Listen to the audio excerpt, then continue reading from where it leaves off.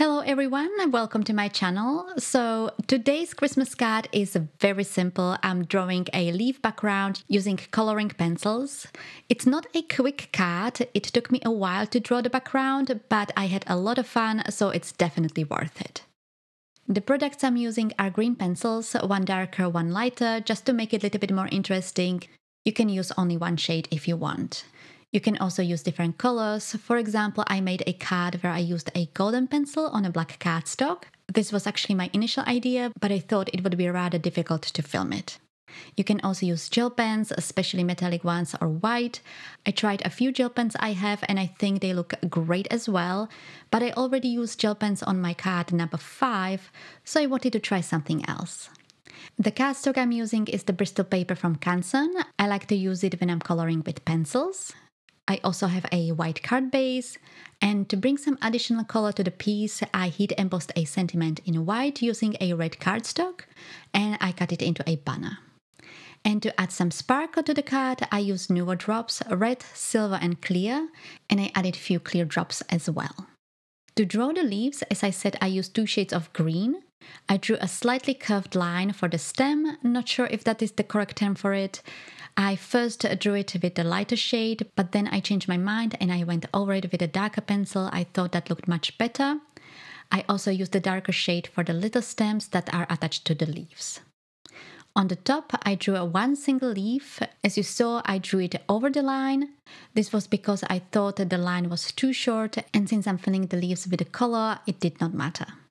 Then I drew the leaves on each side of the stem. The way I drew them, first I drew a short stem, I started it on the big stem and then I created a short curve, and then I switched the pencils and I drew the leaf. I drew them slightly above each other. What I mean, the left leaf was slightly higher than the right leaf or the other way. Also, when drawing the stems and the outlines of the leaves, it's good to have a sharp pencil. That's why for some of the branches I drew first all the outlines of the leaves and then I filled them with the color just to make it easier.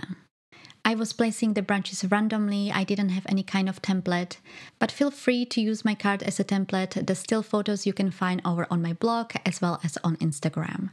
The links to those are in the description below. What else I could tell you about this drawing? Oh yeah. The darker shade I used at the bottom of the leaf and the lighter I used at the top, and I also used it for blending the colors together. I also spaced the branches a little bit further apart. I usually clump everything together. Here I wanted to have a little bit of a white space, and I also will be filling it up with the embellishments. The shape of the leaf is sort of a raindrop, but pointy at the top and round at the bottom. You can also do it the other way. You can create a shape that is round at the top and pointy at the bottom. And the size of the leaf, I was trying not to draw them too small, which usually happens to me. This was for a very simple reason. I didn't want it to take forever. However, if you are unsure about the drawing and the size of the leaf, it's a good idea to start drawing the leaves smaller and then fill it with the color and adjust it to your likings. I think these are all the main points about the drawing. If you have any questions, do not hesitate to ask in the comment section below. I will speed up the video a little bit more and play some music to show you a part of the drawing. I pretty much did the same for each branch.